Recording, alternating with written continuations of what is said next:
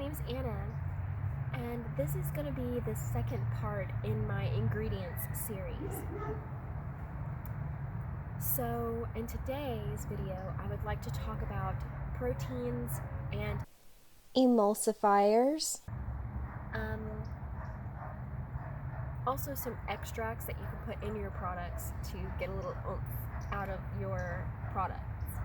I would also like to talk about humectants and what their purpose are in your products.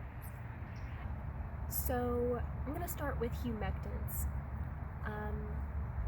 Humectants are a little bit of controversial in terms of like the hair care world and the skin care world. Some people swear that humectants are great. Some people think that they cannot buy a product if it has a humectant in there. And I just kind of want to talk about what humectants are, what their purpose is in products, and how they can be useful or helpful to you depending on where you live. So, humectants specifically balance the moisture between your skin and hair and the atmosphere that you live in. So there's going to be a constant open door relationship between the atmosphere that you're living in and the skin or hair on which the product has been applied. If you live in a very dry and arid zone and you moisturize your hair or skin and it has a humectant in it, it is going to balance the moisture between your skin and the air and remove the moisture from your skin or hair and put it into the atmosphere because it's trying to balance the amount of moisture between you two. So that would be a negative. Like if you live in a dry and arid zone, I would not recommend using humectants. They're not beneficial to you keeping the moisture in your skin or hair. If you live in a very humid environment, extremely humid, or even if you go outside and it feels like you're swimming, then humectants might be something that might work for you. So a humectant, if you've moisturized your skin or hair with a humectant, it would try to balance that moisture with the air, and if there's a lot of moisture in the air, it is going to pull that moisture towards your skin and hair, trying to balance the amount of moisture between the two. And if you don't want your skin or hair to absorb the moisture in the air, I don't recommend using a humectant. If you would like the moisture to balance between your skin and the air, I would recommend using a humectant. So, places in which they're applicable. I personally don't use humectants in my products that I am using to go outside. So if I'm styling my hair, I don't use a humectant in my styler. And if I'm making a lotion for my skin or body butter, I don't use a humectant in my lotion or body butter. I live in a very humid environment currently, and even still do not use humectants in my products that I use outside. A place where humectants would be applicable, in my opinion, would be something that you're using in the shower, something that you're using in an area where you want the moisture to absorb into your skin. So if you have a body wash that you enjoy or a body wash recipe that you like making for yourself, a humectant would be really positive in that recipe because it would balance the moisture between the shower and you would be gaining extra moisture from the water. Another area that I think humectants are applicable would be in your shampoo and conditioner. Again, if you are washing your hair and you're in the shower, you want the water to absorb into your hair and skin. So a humectant in that area would be powerful in your products. Some examples of humectants would be honey, glycerin, coconut nectar, agave nectar, as well as tamarind could be used as humectants. So the next thing I want to talk about are proteins. There are lots of different types of proteins, and there's a lot of different ways to apply them. my application of proteins has been primarily for my hair care, so I don't know the benefit of proteins for your skin, other than that the nutrients that they would benefit from might help with plumpness or elasticity in your skin. However, proteins in hair care are also a controversial topic. Some people are unsure of how to balance moisture and protein to have a healthy hair care routine. So let's talk about food proteins first. So these are recipes that you can make that involve food products that you can use on your skin and hair. Yogurt has a lot of protein in it. Eggs are a protein that you can use. Mayonnaise is also a protein because it is an egg and oil emulsified together. Bananas have protein, as well as doing something with rice water. If you want to use rice water as a protein, some people use it as a fermented protein, in which they soak their rice for a 24-hour period or more, and then use the liquid on their hair. You can also just use rice water in general. It does not have to be fermented for you to gain protein qualities from your rice water. Another food protein option would be onion juice. I know that sounds kind of like, what? But if you chop up an onion and boil it and then strain off that liquid, onion has a ton of nutrients for your skin and your hair. Specifically sulfur.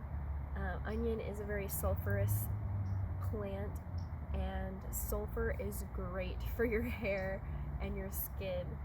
So if you want to include a sulfur protein into your food protein options, onion juice would be something that's great to include in your protein treatments. So using these food products, if you want to use yogurt, banana, egg, any of those immediate food items, you can make a mask in a bowl of those ingredients that I've just listed and apply that mask to your hair, and then immediately, or after 10 minutes, go and wash it out. You can make a smoothie basically using your blender, or you can mash those ingredients together in a bowl. If you're going to go with the rice water application, you can use a spray bottle for that, although when I've used spray bottles, it has clogged up the spray bottles, so you would need to use a spray bottle that has a large molecular opening for you to spray that. You could use a large bowl and dip your hair into the bowl and then twist it up and put on a shower cap. You could also blend it in the smoothie or products previously mentioned, the yogurt and egg and things like that, and make an all-encompassing protein liquid for yourself. If you want to add protein liquids to other products like shampoo, conditioner, and things of that nature, because rice water is still a food product because it comes from rice, I highly recommend using a preservative in that venture.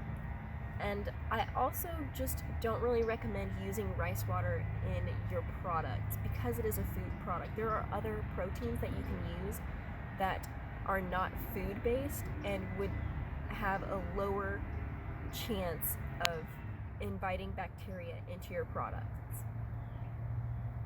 So now I want to get to the non-food-based proteins. There are a lot of proteins on the market that you can purchase to add to your products. I recommend a hydrolyzed protein. Hydrolyzed proteins are much easier for the hair and skin to absorb because the hydrolyzation process makes the molecules easy enough for our hair and skin to absorb them. So I'll put a list of hydrolyzed proteins on the side here, but there are a ton that you can use, and I personally have experience using hydrolyzed keratin protein from sheep's wool. It was a great process. You don't need very much. Usually these proteins are like, use 1% in your product, so a little bit will go a long way. Hydrolyzed proteins can be added to your shampoo, your conditioner, your stylers, if that's something that you're interested in, or your deep conditioner. I don't recommend adding protein to all of your products because there is a balance between moisture and protein, and you don't need a constant stream of protein in your hair unless your hair has been processed via chemical processing and or color processing for your hair. If you have healthy virgin hair, then your hair needs a balance between moisture and protein, and it doesn't need a constant steady stream of protein. Once to twice a month on protein is plenty for someone with virgin hair. Lastly, I want to talk about emulsifiers. An emollient is something that can help your products stay the consistency that you want them to be. So that would be if you're making like a shampoo or conditioner or a lotion, you would use an Emulsifier. product keeps the whipped consistency and doesn't divide into the ingredients that it was. Some Emulsifiers. emulsifying wax. You can use emulsifying wax to make sure that your products stay separated and stay that creamy consistency. Another ingredient that you can use that isn't considered like a true Emulsifier. be more naturally inclined. Beeswax is something that you can use as Emulsifier. your products maintain their consistency. But it is not a true emollient like emollient wax is. So you could still have some separation or condensation in your products using beeswax, whereas with emulsifying wax, you will not have that issue. Extracts that you can use in your products. So extracts, and also some very, we'll say, pricey ingredients, because these are not going to just be extracts, can help with your products to give you extra vitamins, extra nutrients, a more luxurious feel in your homemade products for your skin and your hair. Extracts that you could use would be sea kelp.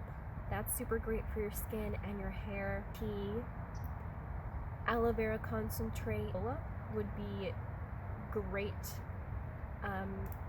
extracts that you can use in your skin and hair products. A kind of pricey oil that you could use in your skin and hair products would be sea buckthorn. That is great for hair elasticity and skin elasticity to maintain plumpness. It has a lot of vitamins and nutrients in it.